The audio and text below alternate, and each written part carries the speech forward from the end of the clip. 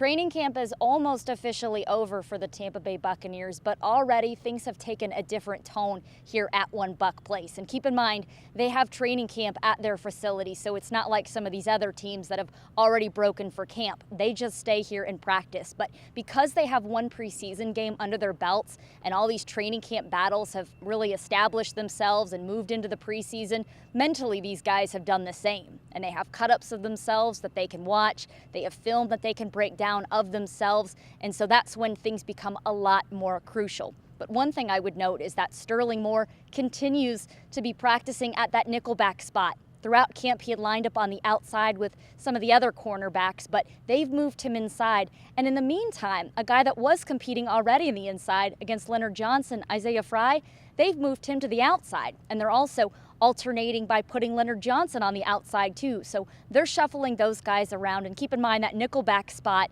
is really like that of a starter in Lovie Smith's defense and many of the defenses around the league. So it's a crucial spot. They're trying to find the best fit for that. Another thing I'd note is that Cherilus continues to get reps with the ones. Just joined the team, and Lovie Smith is pretty impressed with his football shape.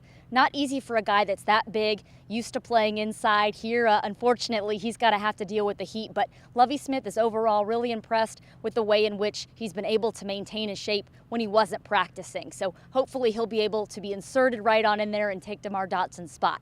Which, speaking of DeMar Dotson, we had a chance to talk to him today, and he said he's thankful that his knee injury wasn't a lot worse. Has a sprained MCL, could have had an ACL injury, so he's lucky there, but the timetable for him, although it's still really early, is about 6 weeks. So more than anything, he's just grateful that he's going to have at least an opportunity to be able to get back out there and play some regular season ball games and not be done for the whole year.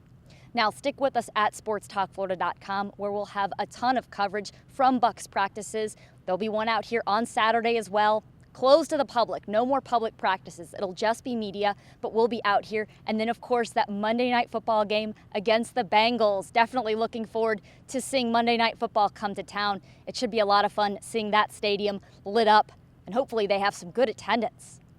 With Sports Talk Florida, I'm Jenna Lane.